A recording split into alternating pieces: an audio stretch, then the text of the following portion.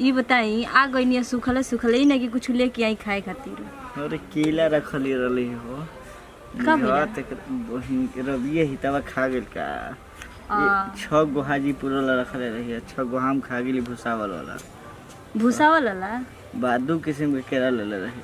अच्छा मैंने हमारा खातिर कुछ हो ना लेके नहीं है तो क्या करी बानर बड़ा से खा जाता पता ना हमारे दोस्त बहिनिया के का कहल जाला वही के देवे के मन कइला सके। तोरे खातिर एगो ढापना लिया दिका उका काला ओ ढपाई रहे माछी उछी ना लगे।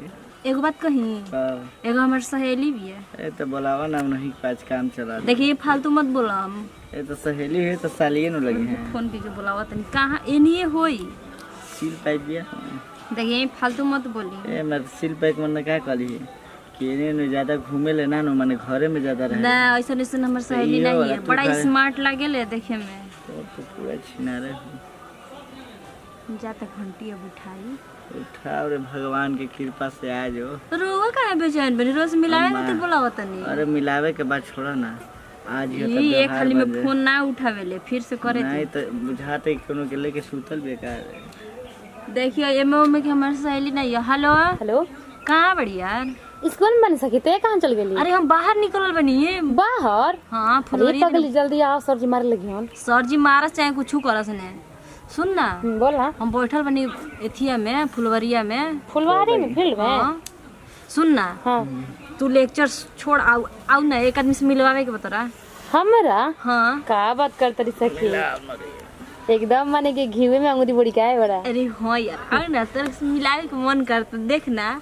आइबे ना देखो तो कहे कि का हम लइका पटेले बनी ऐसा की तो रुक एकदम 2 मिनट में आगे नहीं रहे। अरे छोड़ क्लास के सर जी के लेक्चर आ पिक्चर आओ ने ठीक बा ठीक बा रखत नहीं ठीक क्या कहती है आवत है तो 2 मिनट में आवत है कहला जय का हम पूरा में टाइम के ले ले देखी ऐसा नहीं हमारी सहेली नहीं है हमरो से भेंट करे खातिर बुलावत है। कॉलेज पहले में कहीं गोल हाथ सरक गल तो लेट हो जाएगी ना।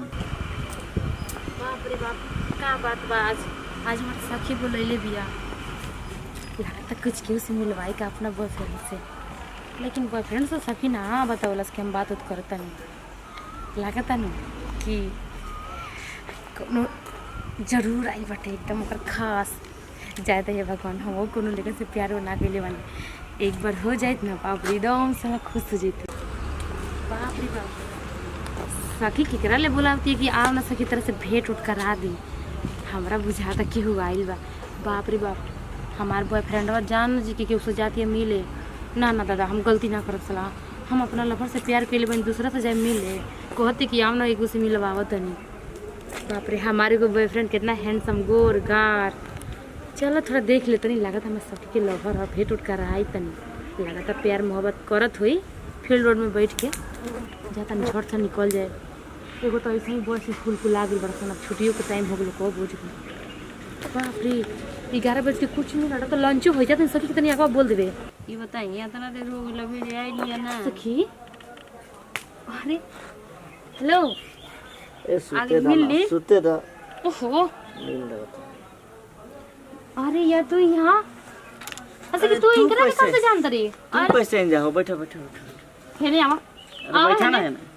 अरे हमारे दोस्त के बहन है ये दोस्त के भाई ना हमार सखी बिया। अरे तो का होगा तार सखी बे हमारे दोस्त के बहन बे बात बराबर हम पागल पागल बड़ का तू चुप रह हम तुम झूठ कैसे जा ई का आप कहत नहीं अरे चुप रहा ना रवा ना बोल देख सके हम अरे चला वो सब चलेला हमारे बॉयफ्रेंड बा अरे चल देख तू झूठ मत बोल अरे तू चुप रह ना क्या कहत खाली चुप रह चुप सखी की गोदी में तोहार औकात हो गई सुतेला। ए अरे सुधा जाए ना का दोस्त के बहन कैसे बना देनी है रुआ हमरा के बताइए। अरे तरह के बाद में समझा दे ए सखी ई काम ठीक नहीं करत हमरे से छल करत रही। झूठ बोला तनी सच बोले में आज लगता है का इन्हीं कहे चुप रह पागल का कहत हमर सखी के पागल मत कहीं खूब अच्छी तरह से जाना तनी अपना सखी ए के। सखी आराम से बोल रिलैक्स होके सर जीवन सुन लिया नु हम घरे तरह के बताओ तनी अभी ठीक नु घरे का कहत है तू कैसे जाना तरी पहले इनकरा के बता। सखी प्यार करी नहीं करे से हम आई प्यार को ई हमरे से प्यार करलो तोरा से अरे देख लेगी ना तू गोदी में सुतरला ना कैसे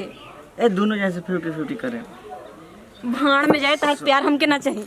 ए सुना बैठा ज्यादा उछल गए पता सूप की बड़ी खराब है। सुना हां तू तो सही में तो सुना ना गलत मैं। इंसान फर्स्ट टाइम देख ले बानी। ये मतलब तनी नया आइबे कॉलेज सही में लइकन के भरोसा ना करे के चाहिए। मलाई मार दी तो तर दिक्कत बा।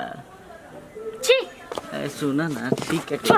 अरे अरे रुको ये मैं रुको सरवा आधी खाते थी एक के चक्कर में पड़ गई वो आधी निकल गई। मुझे कि चल के मनावे के पड़ी। अच्छा के लॉलीपॉप खिया के तो मनाइए ले।